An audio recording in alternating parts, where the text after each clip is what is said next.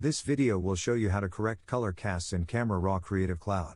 I'm using version 13.2, but this should work in almost all versions of Camera Raw.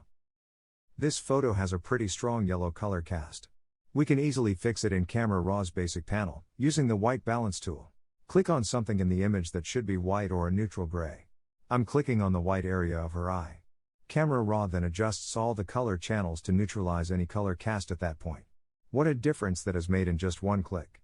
Let's take a look at the before and after. Let's work on a more difficult image. We'll need to use more than just the white balance tool on this one. We'll start with the white balance tool. Again, click on something that should be a neutral gray or pure white. Try different places in the image to see what works the best. Adjust the histogram as needed. That first area was pretty good, but I'm going to try clicking on the baby's top, which looks like it should be white. That worked well. But I'm going to need to use the basic panel sliders to improve it even more. I'm using the temperature sliders to adjust the color balance. I'm going to darken the shadows more. Let's slide the black slider to the left. As I do this, I'm watching the histogram carefully. I don't want to lose too much detail in the darks. The histogram tells me I can slide the white slider to the right to add more light in the highlights. That's looking pretty good, considering what we started off with.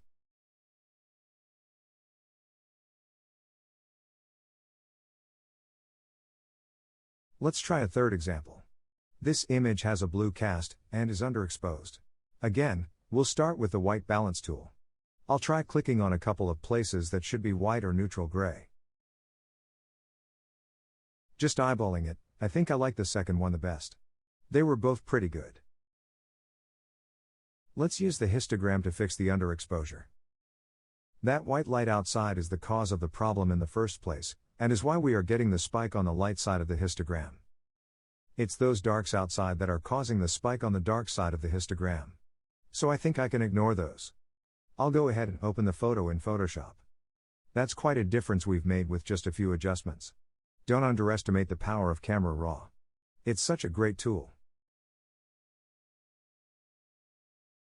This last example is the hardest one. It's actually easier to fix in Photoshop, so I'll show you how to do that as well. Knowing both ways is important, so you can choose which way will work best on any given image. This old image is mostly midtones. Let's use the histogram to bring back the shadows and highlights.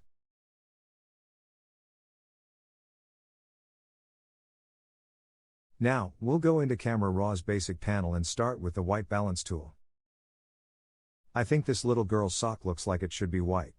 So I'll click there and check the result. That helped, but the shadows still look red. I will try clicking on her dress with the white balance tool. That didn't work. Command or Control Z to undo. Back to adjusting the histogram. I'm going to speed up things now as I fiddle around in Camera Raw. Nothing seems to be helping much. I'm spending too much time on this one. I did finally get it looking better, but I spent about 20 minutes on it. So let's do this in Photoshop instead. The first thing I will do is to add a levels or curves adjustment layer.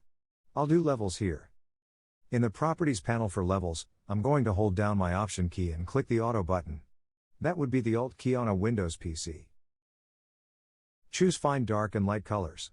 And check Snap Neutral Midtones. I have set these as my defaults because they work so well 90% of the time.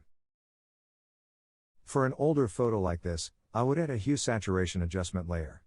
I'll bump up the saturation to bring back more color. Using Photoshop for that image was much easier. As I mentioned earlier, it's important to learn all the ways you can accomplish a task in Photoshop and Camera Raw. Then you can choose which method works best for any given image you are dealing with.